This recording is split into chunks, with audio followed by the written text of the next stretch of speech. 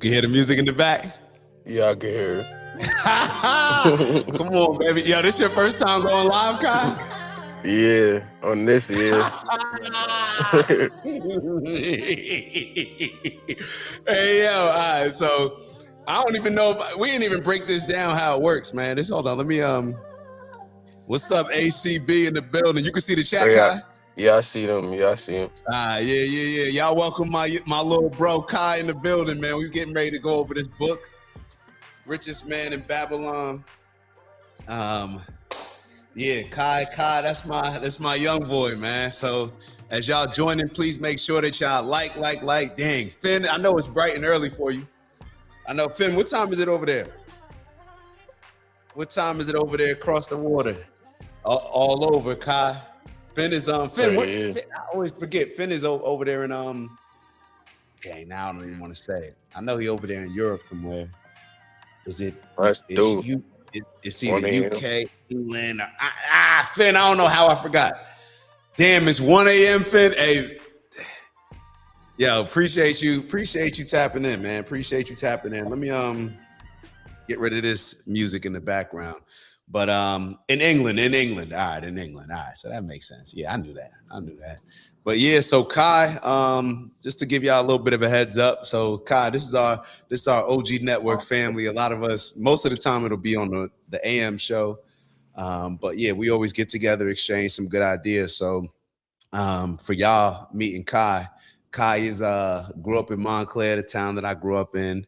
I grew up with his pops and solid family. Kai is a solid individual, as y'all will come to find out. He's in his first year in college. He's been rocking with us, supporting us ever since he was a little baby. So now we're getting ready to go over these lessons, and we're starting with the Richest Man in Babylon. We talked about it a while ago, and Kai and I have exchanged some books back and forth just to learn some lessons.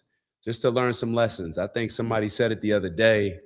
I think it was actually Professor Zhang when he was talking about how the most rebellious thing that we could do right now is stop and read a book. So I don't know how many, Kai, what are you, 19, 20? 19. 19. I don't know how many other 19-year-olds we know that are gonna read a book that we recommend to them and then go over it, especially with their first time being on live. So I definitely put a lot of pressure on them for it, but this is what we do. We built for it. And Kai, like I told you, well, I didn't tell Kai anything. I didn't prepare him for this. So let me be real clear. We just gonna have a convo. We're just gonna have a convo about this book. And first and foremost, what you think about it so far?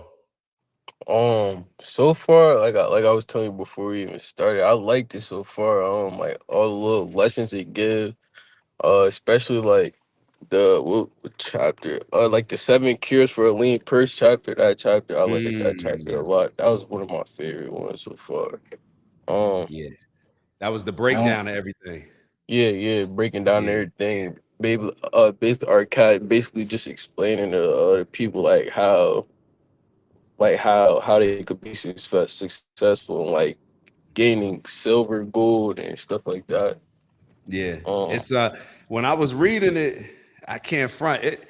Every time I read these books, sometimes maybe that's why I run from it, but I'll be reading them and then I'll damn near be disappointed in myself because all of these lessons that I'm learning that are here available to me for however much this book costs, $10, $15, and I found myself not taking advantage of a lot of these lessons, and it's hurt me in the past. And every time you get a little money, then you feel like you're good. You don't have to keep thinking about the lessons that you learned to get you in that position. And then it's kind of just that cycle that a lot of times we can get caught up in. But this shared a lot of lessons. And what I like that stood out is you could start from ground zero. Like you could start from nothing. Like whatever position you're in, you could start saving, investing, and more so just understanding how the money works and looking at it. What did they say that they were? What did they say about like treat every coin like a child, like a almost like a slave? They said almost working for you. Yeah. I think they were talking about. Um, So for me, that's there's saving and then there's investing. That's how I was looking at it. Like the first step is to save, save some money. But then if you just have your money sitting in the bank or just sitting in a piggy bank or whatever it could be. Eventually it's never going to grow, so you eventually got to like make some type of investments with it. What did this? And it said to start off, what was it? 10%? Save 10%, 1 out of 10. If you could save $1 out of $10. Yeah, 1 of 10%. Yeah, it was 1 of 10%. I highlighted that in my book too, actually. Yeah, there were a couple of things that I highlighted, or that I highlighted the page. May have to find the exact things that I highlighted in them, but that was definitely one of them. Where it's like if you could figure out how to have your same lifestyle, because a lot of times we'll say like, damn, I'm check to check with it. I don't have any extra money. But if you just force yourself to take away 10%, you damn near living the same lifestyle. You're not taking away from anything. It may even be able to realize like that's when it becomes addicting, where it's like, well, shoot, if I could put away this amount for 10%, what if I put away a little bit more? What if I put away a little bit more? So, and I don't know if you've been in a position, Kai, where this has happened to you. I would say yet, but I hope it never happens to you, where you've been presented with an opportunity to invest in something, and you throw your investment out there, and next thing you know, it's gone. That happened to me a couple of years ago. Tried to invest in the weed business, like the grow house, and what was the lesson? It's like if you go to a blacksmith to learn lessons about a blacksmith, and they're going to teach you game for free. And he was banking on somebody that was going over to bring back some gems, trying to make fast money. That's the lesson that I got, where it's like, yo, the fast money, you're going to get greedy and put your money in something where you're just going to get scammed, or not even scammed. I'm not saying I got scammed, but you're not going to do the due diligence required to make sure that it's a good investment, and you end up losing it. Yeah, right. He was I remember the archive in the book. He was talking about that, like how, like, I forgot who exactly it was, but somebody, I forgot what they invest. They basically, what you said, basically they It was the invested. gems or something, like some stones or something. Yeah. I'm trying to find it actually. Yeah, it was that because that was, I think, the first chapter. And when he ended up speaking to that guy, which was another lesson, it's like, first and foremost, he asked the guy, right? Because how did he end up talking to the guy that was giving him advice? I think he was supposed to make those clay tablets. Yeah, the clay tablets, and I think he messed. I think he said he messed up like one of them, or he didn't do it in time, or something like that. Yeah, he didn't do it in time. That's what I mean. He didn't get them done in time. That's what I mean. So this wealthy guy came in there and asked him, like, he needed this book done quick, and our COD worked. Like, he worked on it. The guy came back and he didn't have it finished. But then he said, like, yo, I'll if you teach me the lessons on like how to make money, how to get rich, then I'll stay in here all night and work on this. And then he stayed in there all night, worked on it. And the guy came back and he started giving him lessons. And at first, that was the lesson that he gave him, with like, yo, start paying yourself first. Pay yourself 10%. And our COD at first, he was like, bro, that's not a valuable lesson. That's not teaching me how to get rich. But he was almost slow playing him. Like, I don't Kai, have you seen I know you a little different generation. Have you seen Karate Kid? Yeah, I seen like, I probably watched it. No, not the new one. Not the new one with Jackie Chan. I'm talking about Mr. Miyagi Karate Kid. Nah. Probably not. So you haven't seen the wax on, wax off, Mr. Karate Kid. All right, so that's what it reminded me of, because it's like you're doing all these things. Like, a lot of times we go into trying to achieve whatever our goal is. You know, the bigger the goal, we feel like it's got to be a secret sauce to it, rather than, yo, it's just simple steps, and it's a step-by-step process. It's not overnight. It's not a quick fix. It's not a microwave. It's something that you got to just learn these principles, and then it's going to build and build and build, and then it's going to grow into something that has not only a foundation. So therefore, you got a strong foundation. You're not able to lose the money so quickly, like fast money. And he's sitting there like, bro, this is like, what am I doing this for? And you got to go back and watch the Karate Kid, because there's a couple scenes in that where he's like, you got me washing cars, you got me painting the fence. And they were all different moves for him in karate. but at least he had the ability to go out there and ask, like, hey, I want to learn something, so that was a big step. That was a big step. I'm trying to think. So let's you want to go to the chapter where they were given the 7 lessons and we can review that? Well, hold on. I took a couple notes on the first one just to make sure. So the first one was the man who desired gold. Yeah. So that was the key real. So I took a couple notes, and one of the takeaways from that was, hard work alone, doesn't create wealth, but understanding money. Like a lot of us don't understand how money works or see it as a tool. Like it's just a tool to either make more money to work for you, or something that you'll just be looked at as a consumer. Like that's almost like there's people there's buyers and sellers. Like you've seen Baby Boy the movie. Yeah, Baby Boy, yeah, plenty of times. So what was Ving Rhames talking about at the end when he said it's guns and butter? Like guns and butter. Like he's talking about, there's people that buy and only see themselves as consumers, and there's other people that are sellers. I think that was the lesson that he was giving when it came to that.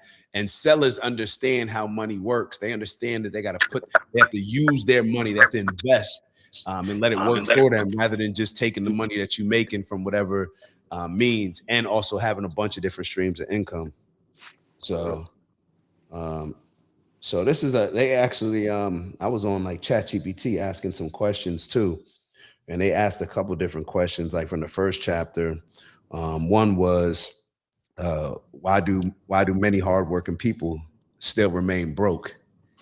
And that reminded me of, I just put up a post, matter of fact, on Instagram, where Rockefeller was saying, some people work so much. It's like, if you work all day, how can you have time to make money?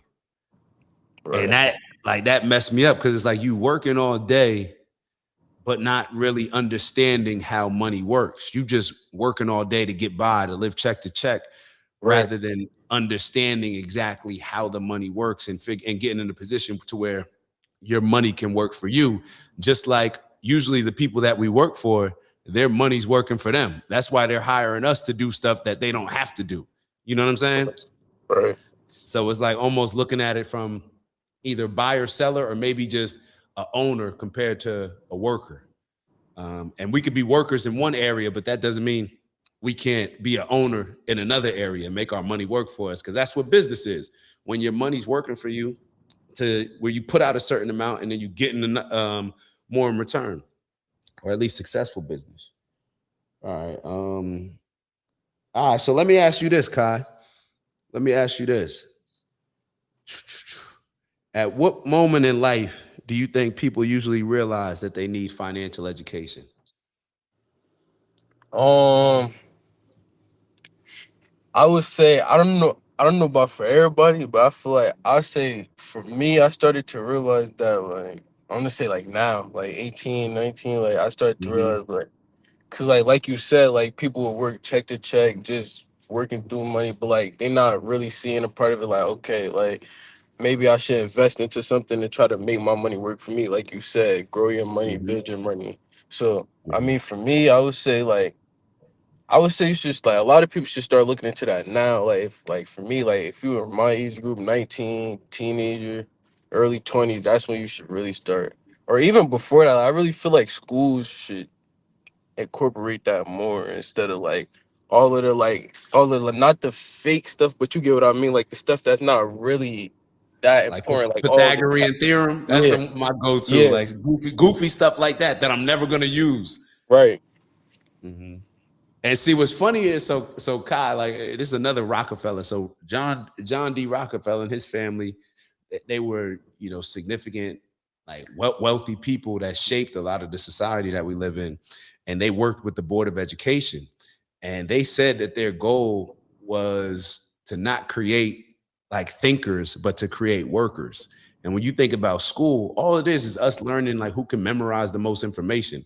It's not actually stuff that's going to be practical to learning. There's no reason why somebody should graduate high school and not know how to make money, not know how to make money work for us. But if we knew how to make money work for us, we'd be less likely to then go work for somebody else. We'd be more likely to go out there and say, nah, instead of trying to work with the boss, I'm trying to compete with the boss. Like I'm trying to compete. Like, so They definitely, it's intentional, and that's kind of why we have to make sure that outside of that, we're doing whatever we can on our end to make sure that we can learn those things regardless of what school is teaching. School is babysitting. School is babysitting. Like, that's how I look at it. Unless you're playing sports, you get the sports lessons, you learn how to socialize and all these things. But outside of that, school is babysitting. If anything, it's dumbing us down. To me, school dumbs us down more than it empowers us. But that's just I ain't my gonna opinion. lie, 'cause throughout, I was gonna say like throughout high school, I took an intro to business course. Like I took an intro to business course like maybe I wanna say I took that with my sophomore year, then my junior year, or my sophomore year, then my senior year. But that intro to business, I know college and high school different, but that intro to business, the intro to business from high school compared to college, like I was learning more in college, like more about like real life Hmm. financial problems and stuff like that, like stuff that I need.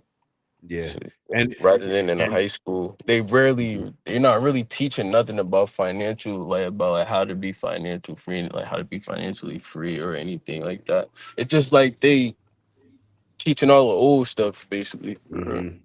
Yeah, it's just real limited. Yeah, And you look at other cultures. This is why, I always go to, a lot of people talk about like Jewish people controlling everything. Yeah, they do control everything. There's a reason because of that.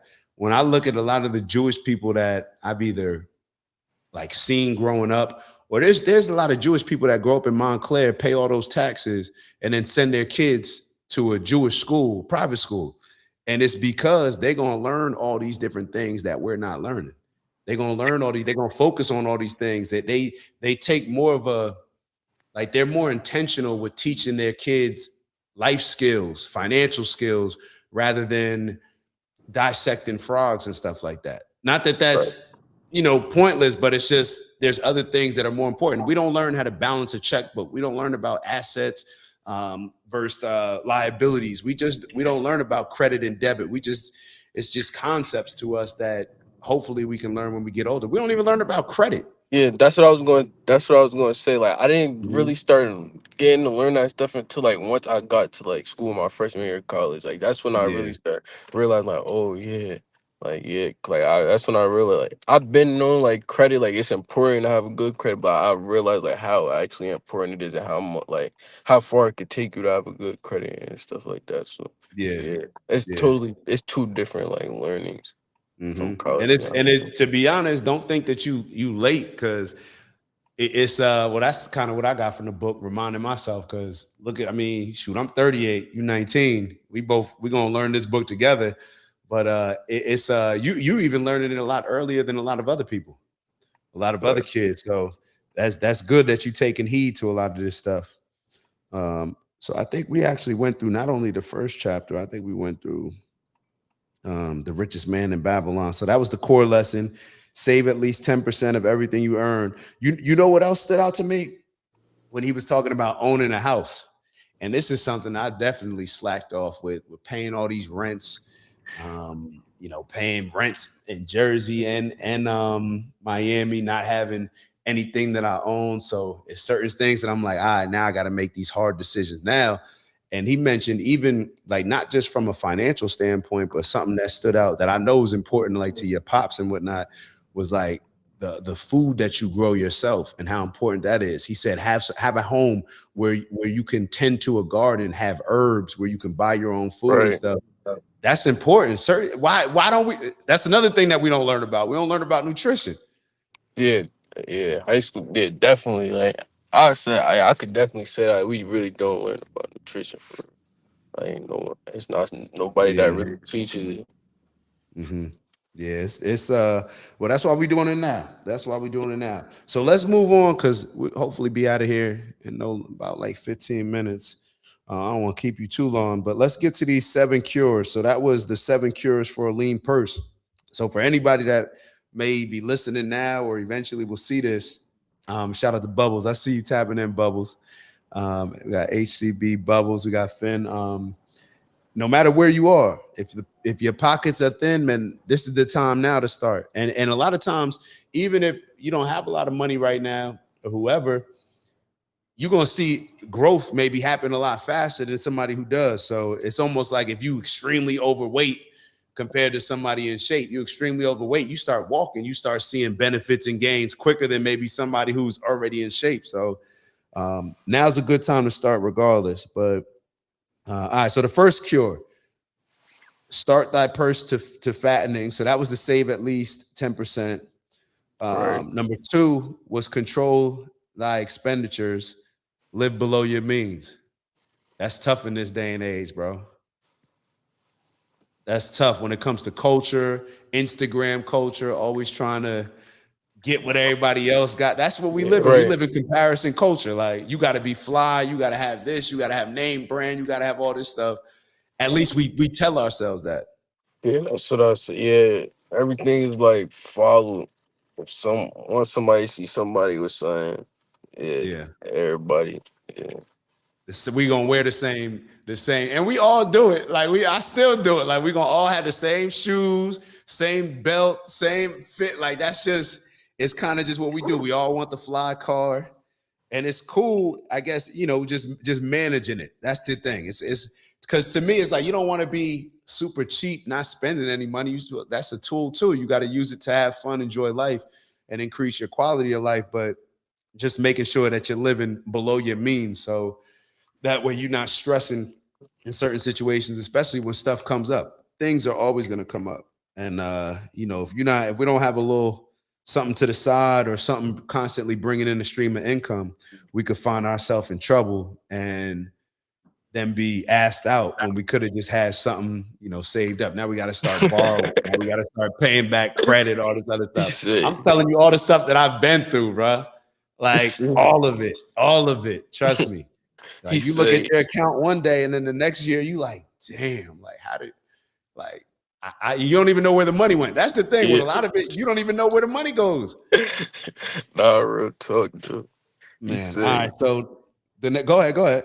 He said, "No, I'm just reading with Finn. He say I'm 50, but I still have to have my Jordan 4s." I'm 50, but still have my Jordan 4s. Hey, Kai, you gonna like Finn? Finn the man, bro. You gonna see Finn a lot. Yeah, hey, get it how you can, save up how you can. And it really should be like, imagine if we were competing to like save and then competing to invest. And that was the flex.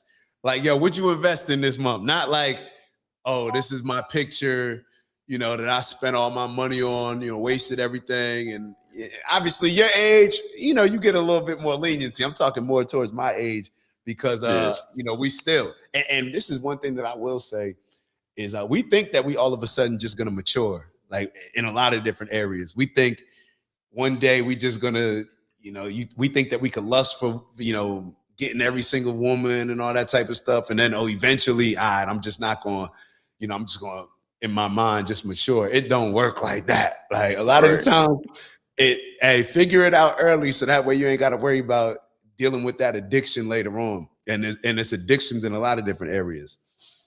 All right, let's move on to number 3. So number 3 is make thy gold multiply. So that was the investing. We talked a little bit about that as far as just making our money work for us. Number 4 was guard thy treasures from loss, avoid bad investments. And you stop me whenever if you got something to if you want to elaborate on. But to me, to avoid bad investments. We know certain, especially if you got money and other people know you have money, they're gonna be spending your monies, figuring out what they could do with your money, like investing in certain things. And you just got to protect it. You got to protect it. And that protection also comes in protecting it from ourselves, with living below the means and not feeling like we got to constantly always, buy things to make ourselves feel better and whatnot. Right. Number 5 is make thy dwelling a profitable investment. That's to own your home. That's yeah. When do you think? Well, it's own your home, and there's another one for me is like, because when I gave up the Hackensack apartment recently, when we gave it up, we because our goal was to, like, even 2 years ago, we were looking for a home up there big enough for my parents and I and my girl Maya, and then because and then Maya and I would have the spot down here big enough for them.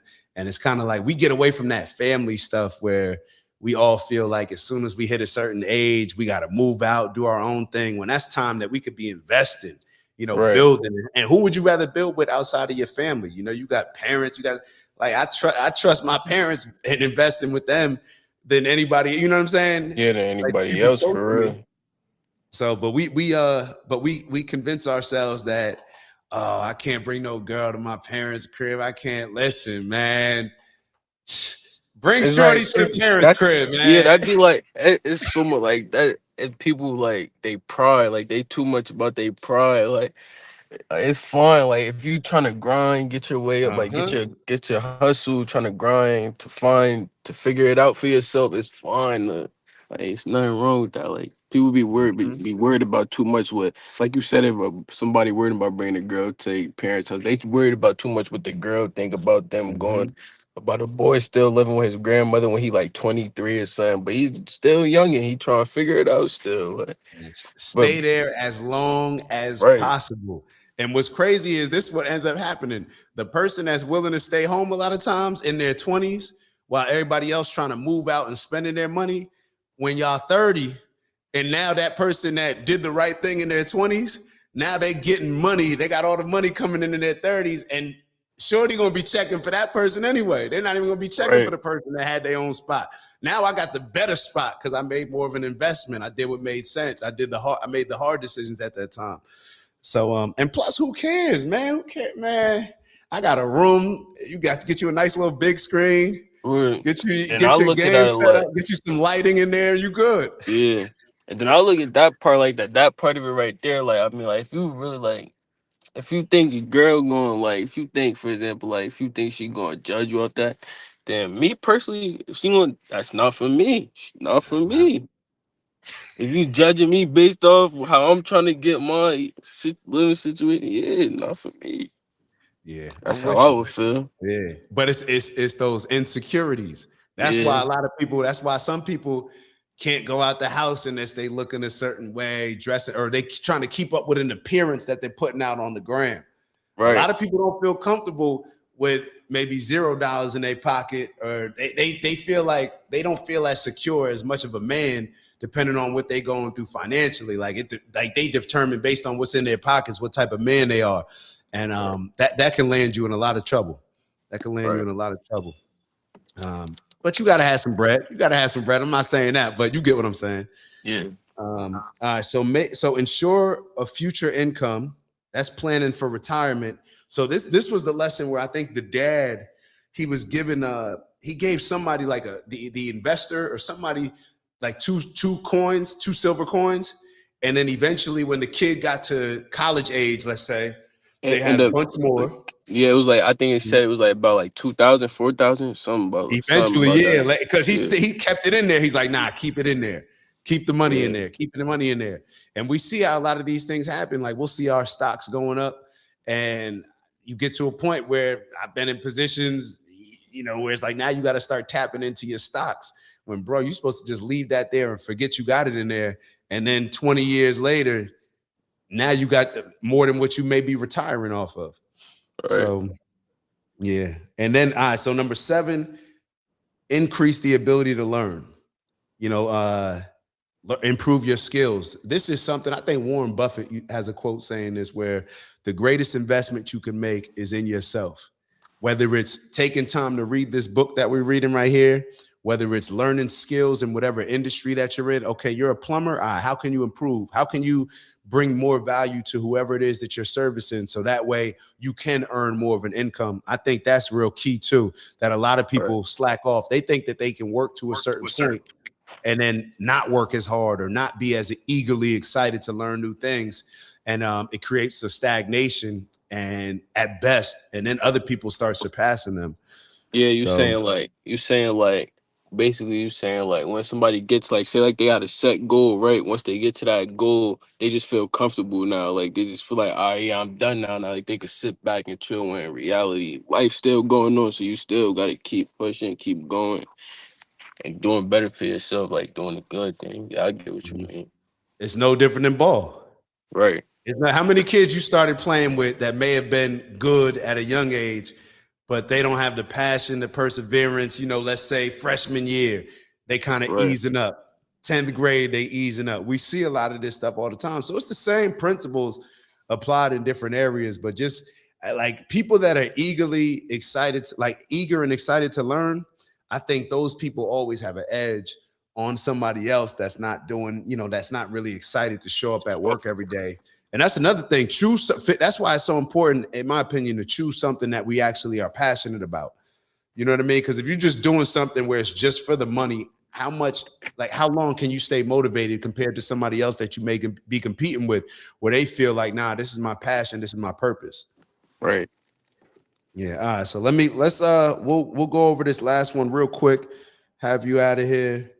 Hold on. So this last one was meet the goddess of good luck. I just put up a caption about this. Like, yo, make your own luck, create your own luck. And I think a couple of the lessons he was saying is act on opportunities and don't wait and with the stop procrastinating. Yeah. That's something that I struggle with. Yeah, the word procrastinating. Yeah, that's something. like, That's a lot of people though. Like, yeah, a lot of people who can tend to procrastinate a lot about certain things. Yeah, we see it all the time, and all the things. Whether it's I'm trying to lose weight, whether it's I'm trying to make money, whether it's trying to get a new job.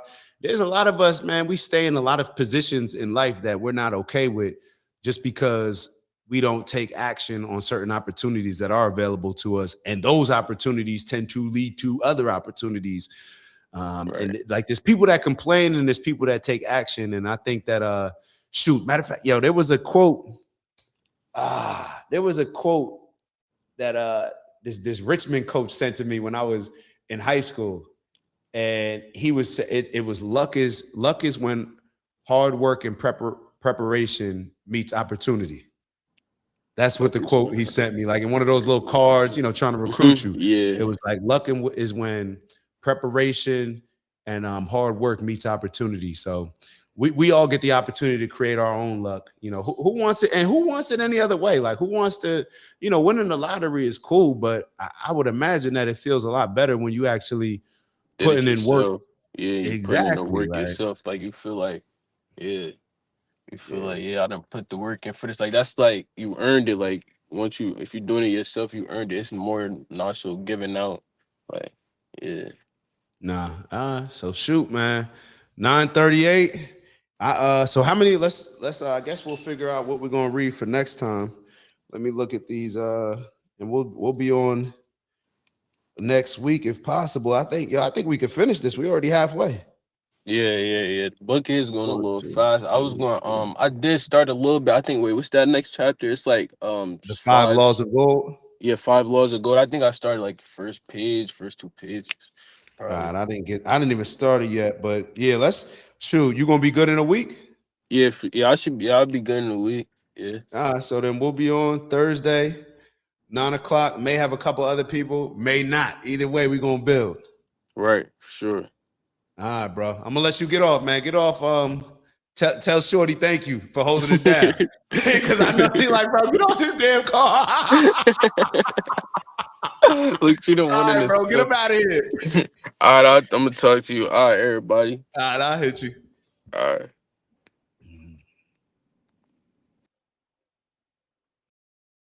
Yeah, man, that's my young boy, man. That's my young boy, man. So I like I said, man, I grew up playing football with his dad, and same town, same everything. And his dad's story, which Kai is 18, so I'm 38. His dad had him young, or I guess it's all relative. And I always tell his dad whenever I get the chance, man, and his mom, because his mom we were close too, but they were a year younger. But I always just appreciate the time and effort that he's taken to raise, or that both of them have taken to raise him as a young man, because you see it, and he's just I don't like using this term a lot, because it's like when you look up the definition, it's kind of funny, but he's very, I don't want to use the word humble, but he's very just he's very just understanding of who he is and doesn't have to do too much, doesn't try to show off. He's very respectful. Just a solid young man that he's one of those people that you're around, these young kids that you feel that, all right, we're going to be in a good place. We're going to figure it out. Grounded. There we go. Finn, that's why you're here, big bro. Always coming through with the right words. So he's just very grounded and just a man, I tell you, it gives you goosebumps. I don't know if y'all can see the goosebumps. You can see the goosebumps. It gives you goosebumps just when you're able to just have a dope conversation like that with young kids. And I'm so appreciative of it because even though I like to think that I'm still young when I'm around them, it's like, bro, you don't get Unc out of here. Like, what Unc doing over here? But it's I'm appreciative that he gives me the opportunity to build with him. And he's actually the first person that we did an NIL deal with. So this is so Kai, he's into working. He's into doing whatever he can to become a better person, whatever it is that his goal is, better in that particular area. So this is it's dope. I mean, how many kids you gonna get to read a book? And I told him I wasn't even on him. I was like, yeah, we're gonna do the first 5 chapters. I didn't prep him for that. I just told him, like, yeah, we're just gonna have a conversation. Like, it's all good. He's never been on live. And if you know him, he's real quiet. Like, he don't really I don't even think he has Instagram anymore. Think about that. A 19-year-old kid, superstar at our high school.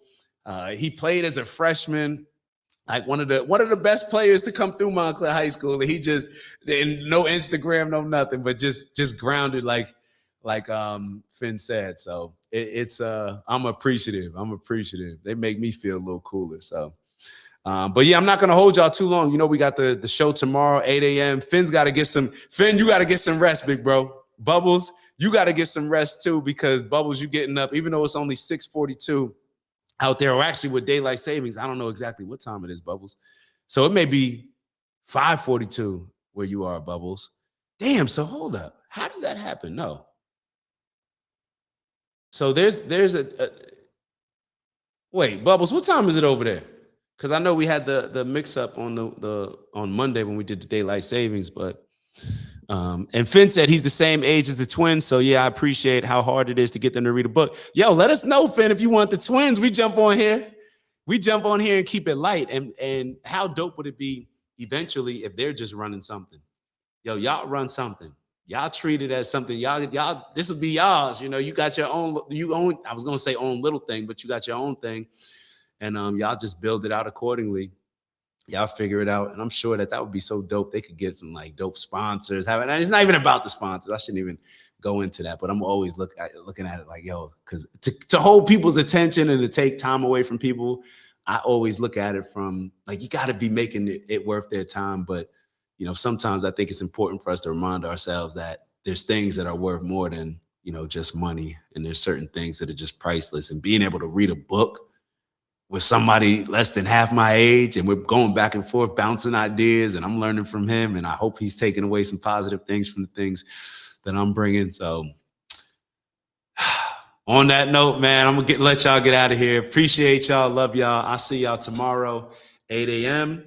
And we'll have some positive things to talk about. And Finn, we're gonna start off tomorrow with our guided meditation. We'll actually start off the show, or we'll end it, whatever you're thinking. We'll see how the energy is. On that note, I'll let y'all go. You Bubbles, everybody, HCB, appreciate y'all. Like on your way out if you haven't already. Have a good one.